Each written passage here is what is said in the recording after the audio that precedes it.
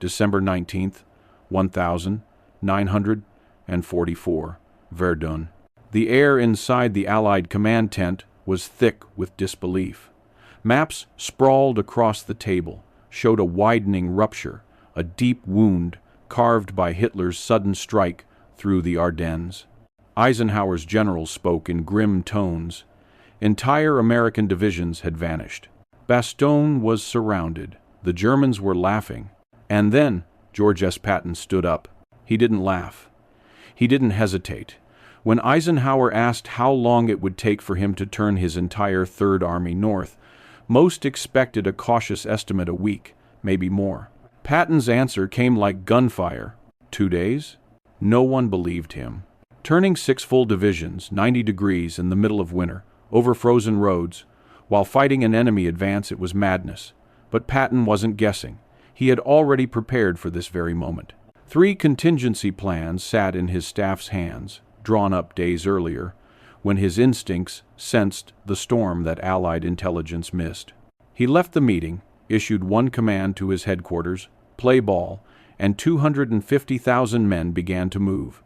Engines roared to life, tires screeched on ice, and convoys stretched beyond sight. The Germans thought they had trapped the Americans. But they hadn't accounted for the man who believed that attack was the only form of defense. The winter sky hung silent, gray, and waiting. And deep within the Ardennes, destiny had just changed its course. 3 days earlier, before the words, "play ball," echoed through the Third Army, the Ardennes forest had been quiet, too quiet.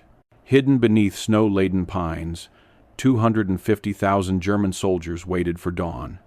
When it came, the silence shattered. Artillery thundered, tanks rolled, and an entire American front collapsed in confusion. Hitler's final gamble, Operation Watch on the Rhine, had begun. The German plan was bold and desperate. They would pierce through Belgium and Luxembourg, seize Antwerp, and divide the Allied armies. For a brief, terrible moment, it worked. Entire regiments vanished into the White Woods. Columns of American prisoners stumbled east through the snow. And in the heart of the storm, the town of Bastogne, a small crossroads town defended by the 101st Airborne, became the eye of the German offensive. To the north, British and American High Command hesitated. No one could move fast enough through the frozen chaos. No one except George Patton. While others reacted, Patton anticipated. His intelligence staff had already noticed German armor gathering in the woods. He'd ordered contingency routes plotted, bridges measured, and fuel dumps marked. When the German offensive broke, he didn't need new orders, only the signal to begin. By nightfall, engines of the Third Army growled northward through sleet and snow. Convoys jammed the narrow roads of Lorraine, tanks, trucks, half-tracks, all crawling in single file through a world of ice. Men wrapped in blankets sang to keep warm. Some prayed, some cursed, but all of them moved. Patton rode among them in his open jeep, wind biting his face, his white scarf snapping in the cold. To his soldiers, that glimpse of their general was enough. They no longer marched through hell, they marched behind him. The winter of 1944 was the coldest Europe had seen in decades. Engines froze solid overnight. Rifles jammed with ice. Men burned gasoline in helmets just to thaw their rations. The road north was not only long, it was merciless. Patton's Third Army crawled forward anyway. The 4th Armored Division led the way, followed by the 26th and 80th Infantry. Over 133,000 vehicles moved in a single, synchronized migration through snow that reached the knees. Every half hour, drivers had to start engines to keep the oil from thickening. Fuel trucks roared, headlights dimmed, orders barked through the freezing dark. What held the army together was not warmth or rest, it was belief. Patton refused to stay behind. He traveled along the convoys in his open jeep, frost crusting his eyebrows, his gloved hand raised in salute to every column he passed. Soldiers whispered that old blood and guts was out there, suffering the same wind they did. The story spread faster than the cold. The general rides with us. And for men who hadn't slept in days, that was enough. They drove on, past shattered towns and burnt farmhouses, past refugees huddled in barns, past the wreckage of Sherman tanks frozen in place. The closer they got to Bastogne, the more the horizon trembled with artillery flashes red and white in the night sky. Somewhere ahead, 101st Airborne was trapped.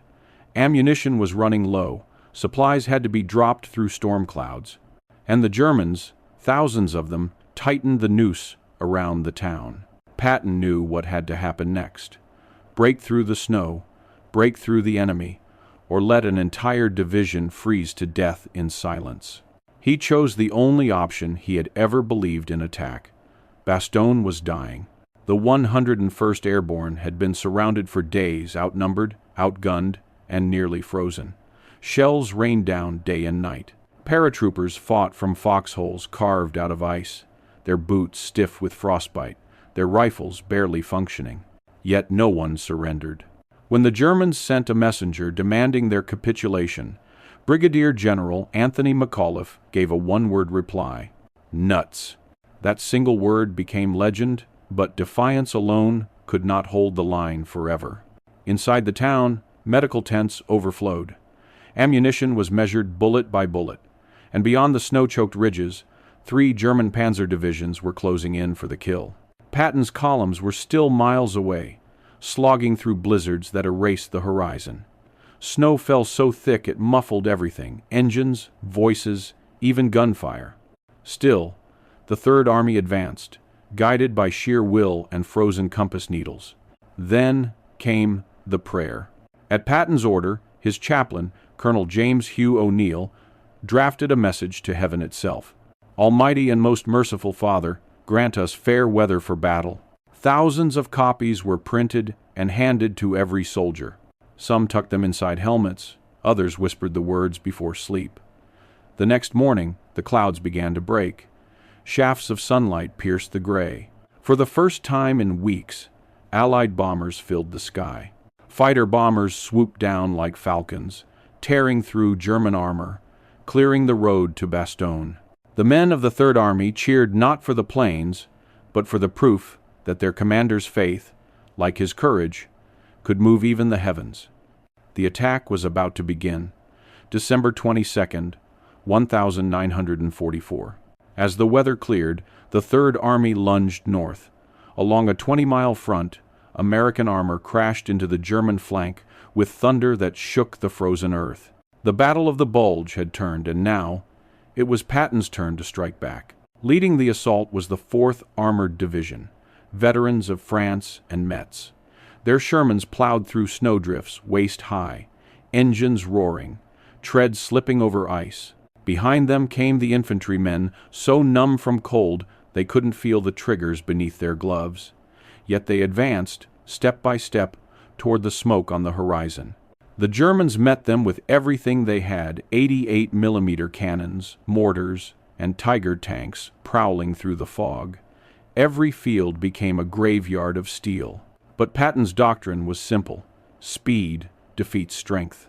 When the Germans dug in, he ordered his tanks to flank. When they counterattacked, he hit their fuel convoys. Every movement was violent, precise, relentless. The Third Army pressed forward 7 miles on the first day. Radio messages from Bastogne crackled through the static, faint, desperate, but alive. They could hear the rumble of Patton's armor drawing closer. Inside the encircled town, American soldiers lifted their frostbitten hands and whispered, "He's coming." That night, as snow fell again, Patton wrote in his diary, "The men are magnificent. The snow may freeze the earth, but it cannot freeze their spirit." 8. In the days to come, that spirit would turn Bastogne's siege into one of the greatest rescues in military history. And, in every frozen trench, one message spread like fire: Old Blood and Guts is on his way. Christmas Day, 1944. The snow glowed faintly under the pale moonlight as Patton's tanks crawled toward Bastogne. They were only miles away now, but the Germans were desperate, throwing every reserve they had into the roadblocks. Each village became a fortress, each field a killing ground. The 37th Tank Battalion led the spearhead. Lieutenant Charles Bogus rode in the lead Sherman, his crew exhausted but unbroken. The night was alive with tracer fire red lines cutting through the dark. Machine guns rattled, mortars thundered. Still, the column pressed on. Patton, following from his forward command post, refused to rest. He listened to radio updates, his gloved hand tracing the map as if willing his divisions forward by sheer force of will. "Keep moving," he barked into the handset. "I don't care what it takes. Get to Bastogne." By dawn on December 26th, they did. The Shermans of the 37th Battalion smashed through the last German defenses, rolled down a snow-covered road, and saw American paratroopers waving from the trees. The encirclement was broken. Bastogne was free. But Patton didn't celebrate. To him, the mission was never rescue, it was revenge. The Germans had overreached, burning the last of their strength in a gamble doomed from the start. Now, it was time to crush them before they could retreat. Turning to his staff, Patton growled, "This time, the Kraut stuck his head in the meat grinder, and I've got hold of the handle." The order went out once more, "Advance." And as his columns rolled past Bastogne's battered ruins, soldiers cheered, but their general didn't stop. He had come to end a siege now. He would end an army. The relief of Bastogne had stunned the world, but Patton saw only unfinished work. The German spearhead, once sharp and terrifying, now hung in the snow like a broken blade. Its tanks were starving for fuel. Its soldiers, wrapped in rags, scavenged from abandoned villages. The Ardennes, once their path to victory, had become a trap. Patton knew it, and he meant to close it. He ordered his divisions to pivot east, driving into the exposed German flank. The 4th Armored and 80th Infantry struck like twin hammers, smashing through lines already brittle from exhaustion. American artillery turned the frozen hills into infernos, pounding every crossroads and forest trail. The Germans fought back with what they had left. Panthers with frozen engines, infantry squads, armed with captured American rifles, boys barely old enough to shave. They fought with courage, but courage alone couldn't stop the momentum of an army that refused to yield. Patton's command posts moved forward each day, sometimes within earshot of enemy guns. His jeep, marked by its ivory-handled pistols and fluttering flags, became a moving symbol to his men. To see it meant hope. To the Germans, it meant doom was close behind. As the front contracted, Patton's headquarters intercepted radio chatter. German officers were requesting emergency fuel drops. Their vehicles were dying where they stood. The mighty Wehrmacht, once unstoppable, was freezing, starving, collapsing. For Patton, this was no mere victory. It was the vindication of every instinct, every lesson he'd carved from the blood and mud of past wars. He had met chaos head-on and turned it into order. The Battle of the Bulge was ending, but its snow-stained fields still had one final lesson to give. By early January 1945, the Ardennes was a graveyard of machines. Burned-out Tigers lay half-buried in snow, their tracks frozen in mid-turn. Abandoned German trucks, stripped for fuel and warmth, marked the paths of retreat. The forest that had once concealed Hitler's surprise attack was now silent, filled only with the groan of wind through shattered trees. Patton's Third Army kept advancing. Their uniforms were torn, their faces hollow from exhaustion. But morale burned bright. The men had seen the worst winter in memory and refused to yield. They marched through blizzards, fought through ambushes, and slept beside the dead, all driven by the voice of a general who never slowed down. Every day, Patton's jeep appeared somewhere on the line. He would step out, salute a column, and shout encouragement before vanishing into the snow again. "You're making history, boys!" he'd yell over the roar of engines. For his soldiers, that was enough. They didn't fight for medals or glory anymore, they fought to finish what he started. The Germans, once convinced that winter would be their ally, now realized it had turned against them. Fuel was gone. Ammunition dwindled. Their air force lay crippled under Allied control of the skies. And the Ardennes offensive, the last great gamble of the Reich, was collapsing faster than anyone imagined. By mid-January, American forces from the north and south linked up near Halted, closing the Bulge completely. The German dream of splitting the Allies had frozen to death in the snow, and as reports came in, Patton simply nodded. He didn't smile. He didn't boast. He just stared at the map, at the shrinking red lines of the enemy, and said quietly to his aide, "The snow is red, but it isn't ours." January 16th, 1945. The Bulge was gone. American forces from north and south met near Halted, sealing the German pocket once and for all. What had begun as Hitler's final offensive had ended in catastrophe for Germany, and for every man who believed winter would grant them victory.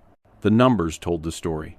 Over 100,000 German soldiers were killed, wounded, or captured. 700 tanks lay shattered across Belgium and Luxembourg. 1,600 aircraft had been destroyed. The Wehrmacht, once Europe's most feared army, had bled itself dry in the snow. For the Allies, the cost was terrible. 210,000 dead, frozen, or maimed. But something had changed. The American army that emerged from the Ardennes was no longer the inexperienced force of North Africa.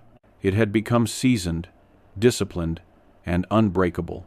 At the heart of that transformation stood George S. Patton. In 72 hours, he had performed what military textbooks declared impossible, turning an entire army 90 degrees in mid-combat, over icy roads, through chaos and confusion, without losing momentum. Logistics officers called it a miracle. Patton called it planning. When reporters asked how he did it, he shrugged. A good plan, violently executed now, is better than a perfect plan next week. To his soldiers, he was more than a strategist. He was a force of nature. He didn't talk about luck or fate.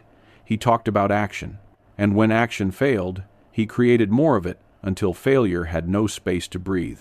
The Germans had entered the Ardennes with arrogance and mockery. They left it in silence. The man they had laughed at in December, the mad American general, had just turned their last gamble into ruin.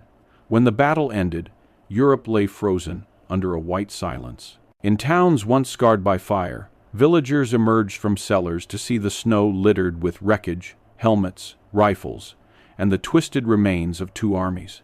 For many, it was hard to tell victory from survival. But for Patton, it was the moment his entire life had led to. He wrote to his wife that week, "Destiny sent for me in a hurry when things got tight. Perhaps God saved me for this effort." He wasn't boasting, he was reflecting. From the deserts of North Africa to the hedgerows of France, every triumph and humiliation had forged the man who now stood as the savior of Bastogne. The slapping incidents, the controversy, the exile, all of it had burned away his ego and left behind only purpose. That purpose was simple: to win. Not for glory, not for medals, but because men depended on it. The lives of thousands had hinged on his instinct to move, to strike, to believe that audacity could rewrite fate. And it had. Churchill would later call the Battle of the Bulge the greatest American battle of the war. But for Patton, it was something deeper, a personal vindication, a proof that faith, aggression, and preparation could triumph over chaos itself. As his armored columns rolled east toward the Rhine, Patton looked out at the endless white fields streaked with blood and smoke. He saw not just victory, but the cost of it, the price paid in frozen faces and silent foxholes. The snow had indeed turned crimson. But it was not American blood that stained the Ardennes. In the weeks that followed, Patton's Third Army continued its relentless push toward Germany. Bridges destroyed by retreating Germans were rebuilt overnight. Frozen rivers became roads for tanks. Every ruined town, every field scarred by shellfire, marked another step toward the heart of the Reich. The soldiers moved with a new kind of confidence, quiet, steady, born from the crucible of Bastogne. They had seen what winter, exhaustion, and fear could do, and they had endured it. Now, nothing seemed impossible. For Patton, the victory was never just about the battlefield. It was about proving a principle. That leadership was not about comfort or caution, but about will. He believed war was fought not by armies, but by the spirit that drove them, and his spirit had infected every man who followed him. Captured German officers would later admit their disbelief. They had expected the Americans to break under the cold, to surrender when supplies ran thin.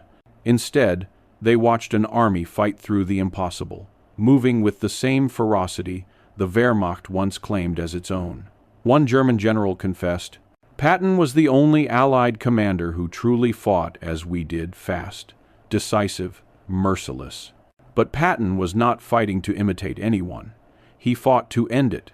Every decision, every risk, every sleepless night was driven by one thought, that hesitation costs lives, and speed saves them. By February, the remnants of Hitler's forces had begun to crumble. And in the wake of that collapse, Patton's legend solidified not in parades or headlines, but in the frozen memories of the men who had followed him through hell and back. They would never forget the voice that shouted through the snow, "Keep moving, always forward." By spring 1945, the snows of the Ardennes had melted, revealing what the battle had left behind: burnt-out tanks, blackened forests, and graves marked only by rifles stuck in the thawing earth. The world was moving toward peace, but for George S. Patton, the war's echo still thundered in his mind. The Battle of the Bulge had made him a legend.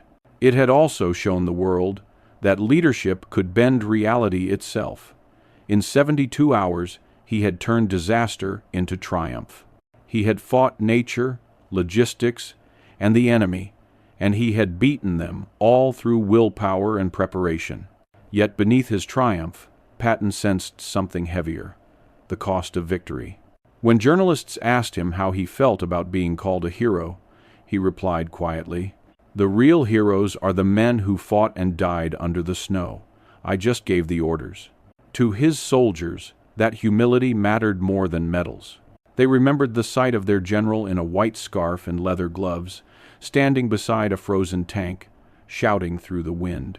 They remembered the way he shared their hardship, the way he turned fear into fire.